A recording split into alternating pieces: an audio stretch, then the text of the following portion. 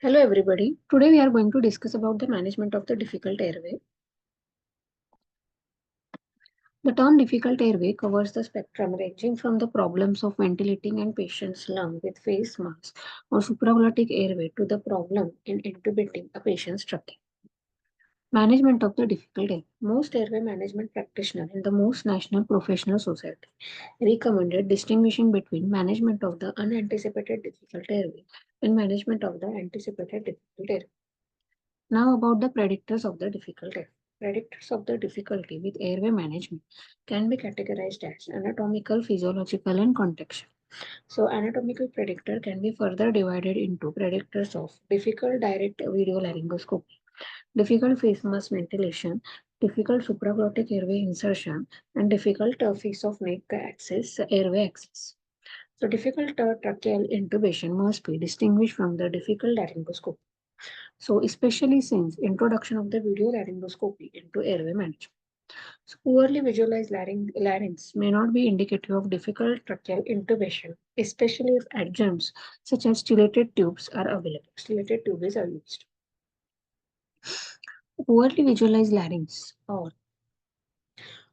direct laryngoscopy is classified into grades from the 1 to 4. So, grade 3 and 4 on the Cormack-Lehman grading scale, which grade from the 1 to 4 with higher grade indicating poorer visibility and might be more successfully visualized by using different devices such as flexible bronchoscope or video laryngoscopy, and this in turn may allow for easy tracheal intubation. So this is the Cormack-Lehane grading for visualization of the larynx. CL grading 1 means we can visualize epiglottis, vocal cord, and arytenoid. If the Cormack-Lehane grading 2 means we can visualize the vocal cords and epiglottis. CL grading 3, in this we cannot visualize any part of the epiglottis, and in CL grade 4 we cannot visualize anything. So CL grade 3 and 4 are considered, if there is a presence of the CL grade 3 and 4, then we can say the intubation might turn into the difficult. So obesity is the significant predictor of the airway difficulty because of the combination of anatomical and physiological factors. Obese patients are twice as likely to have severe airway complication as those who are not obese. And the patient with the body mass index that is higher than 40 are 4 times are likely to have severe complication. So obesity was a factor in 68% of claims involving difficult tracheal intubation. The anatomical changes that accompany obesity, such as neck circumference of more than 40 centimeters, are associated with the difficult mask intubation, ventilation, difficult laryngoscopy, and difficult tracheal intubation. Obesity and thick neck also predicts the difficult identification of landmark for cricothyrotomy. Physiological traits such as reduced functional residual capacity, particularly resulting decrease in manageable duration of apnea, must be considered as well. So physiological predictors of the difficult intubation, full stomach, rapid oxygen desaturation, and the onset of apnea due to reduced functional residual capacity or increased oxygen consumption, large minute ventilation, hemodynamic instability such as shock state, including hypovolemia and right ventricular failure. Difficult or failed mask ventilation. Difficult airway management is frequently or inappropriately focused on tracheal intubation only. Face mask ventilation is usually the first step in the airway management in unconscious patients and is an integral part of difficult airway management. It is commonly used rescue maneuver between unsuccessful attempts at tracheal intubation or supraglottic airway sensor. Effective face mask ventilation can be confirmed by observation of a rise in chest, capnographic tracing, and increase in oxygen saturation. Appropriate aids are oropharyngeal or nasopharyngeal airway modified. Two-handed face mask ventilation with exaggerated jaw lift. For effective face mask ventilation, it is crucial to open airway usually by performing jaw thrust, chin lift maneuver, and to keep airway open. It is generally accepted that face mask ventilation improves after establishment of neuromuscular blockage as noted in guidelines regarding airway management. Now, the predictor of the difficult mask ventilation is B. B is beard, O BMI more than 26, N is edentulous, then E is age more than 55, and S is history of snoring.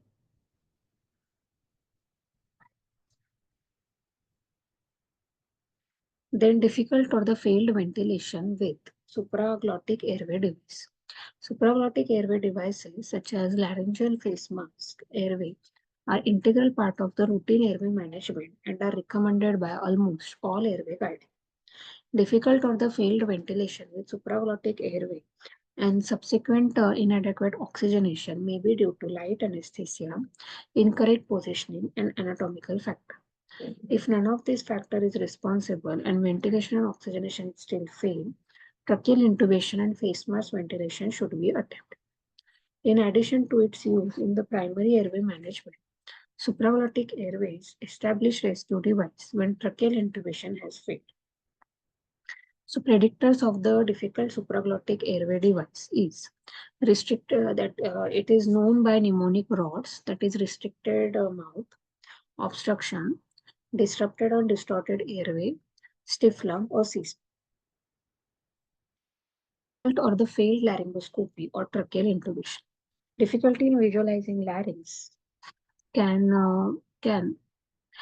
sometimes be overcome by means of simple measures such as improving anesthesia airway and inducing relaxation in case of inability to open mouth or changing the position of head and neck if view of glottis is impaired. If difficult or even failed laryngoscopy occurs, but oxygenation through face mask or supraglottic way airway ventilation is possible, there is time to consider different options. If tracheal intubation is necessary, up to two further optimized attempts at tracheal intubation are valid before alternative strategy is considered. There is strong association between multiple tracheal intubation attempt and adverse outcome such as hypoxia, airway trauma, and cardiac arrest. The layman, so the difficult laryngoscopy is predicted by the mnemonic layman. L is look externally, that is look for facial trauma, large incisor, beard, mustache, or large tongue. E is by evaluate, that is evaluate by 3-3-2 rule. Incisor distance is 3 finger breadth. Thyroid mental distance 3 finger breadth. Thyroid and mouth distance 2 finger breadth. So 1 point is allotted to each. M is Malam-Potty score. If Malam-Potty score is more than 3, then 1 point is allotted.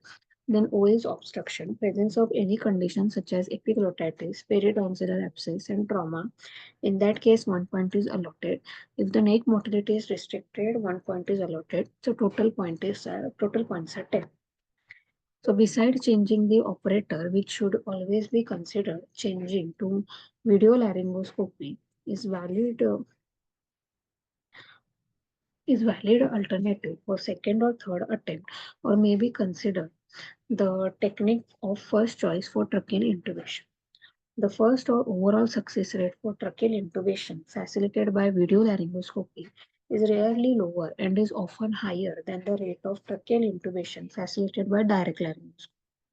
So when ventilation and oxygenation are possible, but tracheal intubation with direct and video laryngoscopy has failed after maximum 3 attempts, it is a time to stop and think about the option. So options are either we can awaken the patient or temporizing or proceeding with the supraglottic airway. Intubating if intended technique was insertion of supraglottic airway. Making a further attempt at tracheal intubation or on rare occasions or use of front of neck airway access. Then in the so if we are encountering the situation like cannot intubate, cannot oxygenate, and if oxygenation is impaired and if oxygen saturation is declining, an emergency situation must be declared and immediate preparation for front of neck airway access is should be there. In parallel, final attempt at any untried technique is recommended and neuromuscular blockade should be established.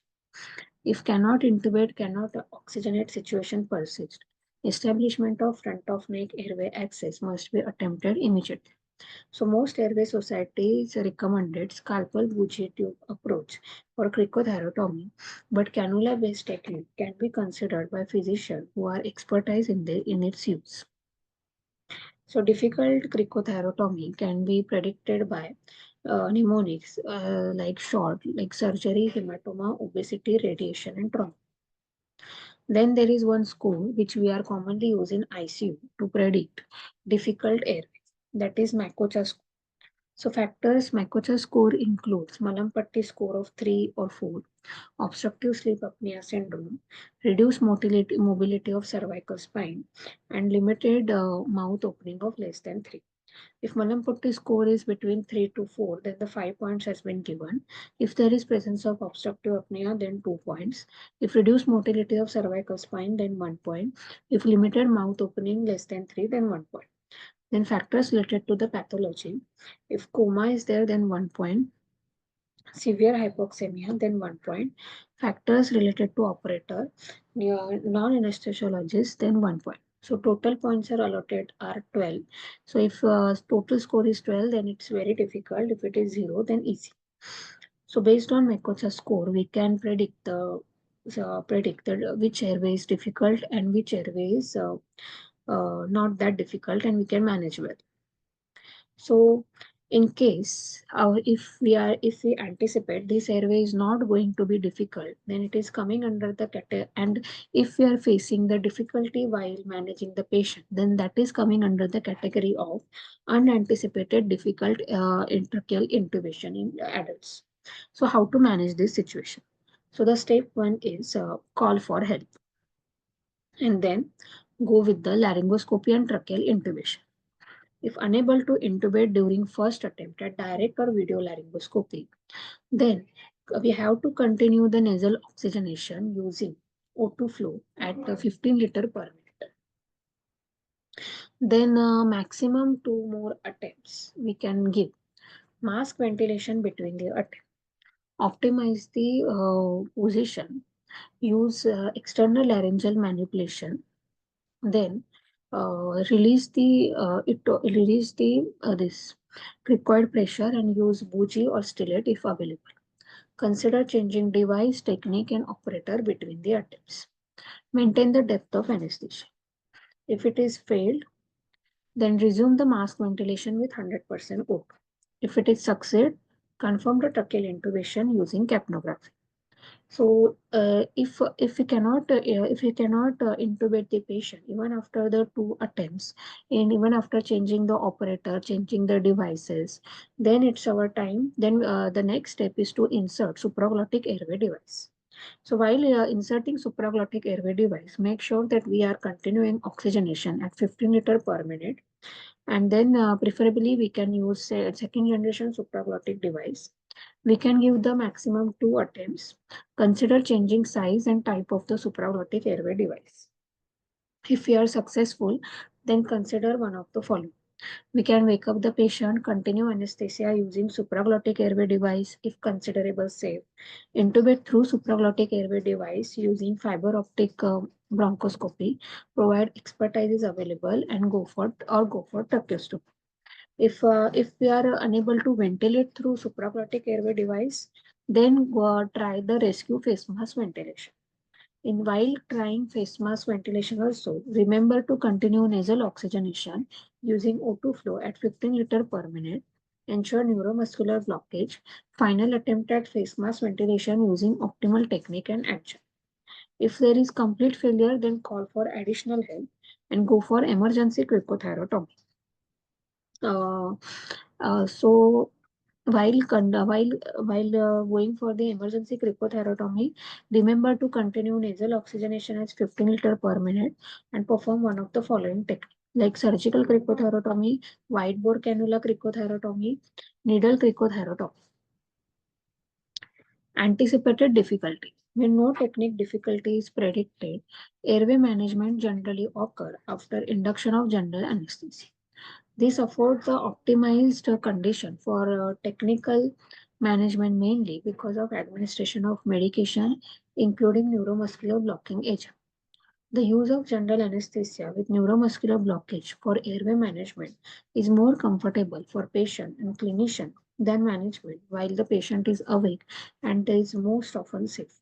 Since the patient is unconscious and often apneic, however, airway patency and gas exchange must be addressed while airway is being secured. Even when laryngoscopy and tracheal intubation is predicted to be difficult, but airway management during general anesthesia is considered to be safe, the induction of general anesthesia can be attempted as long as strategy for addressing difficulty or failure is available. The goal should be to achieve first pass success since rescue techniques are much more likely to fail. However, when tracheal intubation is predicted to be very difficult or fallback techniques are predicted to be difficult or both, extra margin of safety might be afforded by performing tracheal intubation while the patient is awake. Tracheal intubation while the patient is awake. Tracheal intubation while the patient is awake or sufficiently conscious or breathing spontaneously involves securing airway and applying topical airway anesthesia with or without use of sedation. However, patient's responsiveness to stimuli, airway reflex, and ability to maintain spontaneous ventilation may be impaired by deep sedation. The device typically used to perform tracheal intubation while patient is awake is flexible bronchoscope, although in selected case, a video laryngoscopy can be used. Tracheal intubation while the patient is awake might be indicated, especially when there is high risk of failed oxygenation while induction of general anesthesia. Airway management technique for patients who are awake have been underused in case of difficult airway that is clearly recognized. Now, airway management in obese. Patient on the basis of increased incidence of bad outcome of airway management in obese patient, Airway Societies has begun declaring such a patient to be at elevated risk. Management of the anticipated difficult airway should be undertaken accordingly. Basically, the same principles of airway management in patients with anticipated difficult airway can be used for airway management in the obese patient. However, since obesity is a significant predictor of airway difficulty and increased risk of related to apnea, as noted above, special consideration must be addressed to maximize safety, such as tracheal intubation while patient is awake or general anesthesia, with attention to details of implementation and arrangement for the presence of second clinician. Because obese patients they are at particularly high risk of airway obstruction, there is still controversy regarding benefit of apneic oxygenation. Now, this is the algorithm of the management when we are anticipating difficult airway induction. Airway exam or history predicts the difficult tracheal intubation. If general anesthesia is induced, then we need to assess is tracheal intubation predicted to succeed in no more than 3 attempts. And if tracheal intubation fails, will face mask or HGT ventilation succeed? Then the next that we need to assess is are the patient and contextual issues are favorable. Rapid oxygen desaturation unlikely with onset of apnea.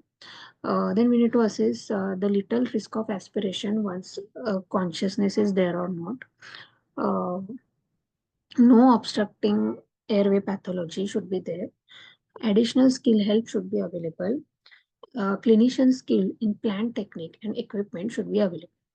If the answer of this question is yes, then there is a low risk of failed oxygenation if induced. Then we need to consider intubation after induction of general anesthesia. But the answer of the question is no, then the significant risk of failed oxygenation is high if induced. Is so we need to assess is awake intubation is feasible. So patient can cooperate and situation acuity permits, then consider awake intubation. If no, then go for induction with double setup preparation for immediate cricothyrotomy. So this is the algorithm of management of difficult airway in case of unanticipated scenario and anticipated scenario. If it is unanticipated difficulty in airway, then we need to assess, can a patient oxygenation be maintained with face mask ventilation, subglottic airway device, or apneic oxygenation? If yes, then go for, if yes, we can oxygenate, then try intended technique less than 2 times with different device and different operator. If still fails, then stop and think of awaking a patient, temporizing or proceeding with the supraglottic airway device, or intubate through supraglottic airway device or phone. If no, cannot oxygenate, or if fails, then go for emergency phone. If we are anticipating difficult airway management, then assess whether there is a low risk of failed intubation or high risk of failed intubation. If there is high risk of failed intubation and oxygenation is there, and if tracheal intubation and phone, then we need to see if tracheal intubation or phona is feasible in a patient who is awake. If yes, then go for tracheal intubation or phona. If no, then preparation for immediate tracheostomy. Ensure the presence of second clinician with airway management expectation. Thank you, guys.